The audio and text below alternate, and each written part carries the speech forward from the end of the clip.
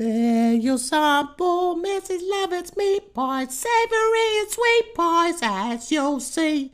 Few eat pies, Mrs. Lovett's meat pies, conjure up the treat pies used to be. Hey, what's up guys? Welcome back to Binging with Babish, where this week we're taking a look at the morbid meat pies made of man from Sweeney Todd, the Demon Barber of Fleet Street. As you can see, I've got a nice pile of viscera here to celebrate the Halloween season, but it does serve a purpose. What I have here is lamb kidney fat, which has a rich, sweet, gamey flavor that I think is going to be perfect for emulating the human elements of our pie. So I got about 2 pounds of lamb fat here that I'm going to cut into chunks and render out over medium-low heat, stirring occasionally so that it doesn't burn until it's yielded about 2 cups of liquid fat, maybe about half an hour, which we're going to strain through a cheesecloth and a fine mesh sieve so as to catch any particulate, discard the solids, and set aside. Now we're going to use it to make hot water crust pastry, combining 280 grams of water and 110 grams of rendered lamb fat in a small lidded saucepan that we're going to bring to a simmer over medium heat. While that's doing its thing, I'm going to tiny whisk together a pinch of salt with 500 grams of all-purpose flour before pouring the hot fat and water over top, which I'm going to mix together with a wooden spoon until all the flour is hydrated. Once no dry patches remain, I'm going to cover it up and let it rest until it's cool enough to handle, about 20 minutes. Now the pies in the movie looked like freestanding hot water crust pastry, which means that we need some pretty thoroughly developed gluten, so I'm going to knead this thing for about 5 to 7 minutes, until it's firm but not tough, like a loving father. Then we're placing it into a bowl and covering it, once again letting it rest at room temperature for this time about an hour, during which time we can contend with our meat. I tried my absolute darndest to get human meat, but the cops said no go. But the Smithsonian describes human meat as tasting like chuck roast, so I have a grass-fed one here. I think that between this and our lamb fat pastry, we should have a close approximation of what a human pie tastes like. So I'm breaking it down into bite-sized pieces and trimming off any sinew or connective tissue, sprinkling some fresh-picked thyme over top, along with a hefty pinch of kosher salt and freshly ground black pepper, and scattering some onions in there as well. This to me feels like the spices and aromatics they'd use in the 18th century London kitchen. Now that we've got our meat filling ready, it's time to start forming our pastry.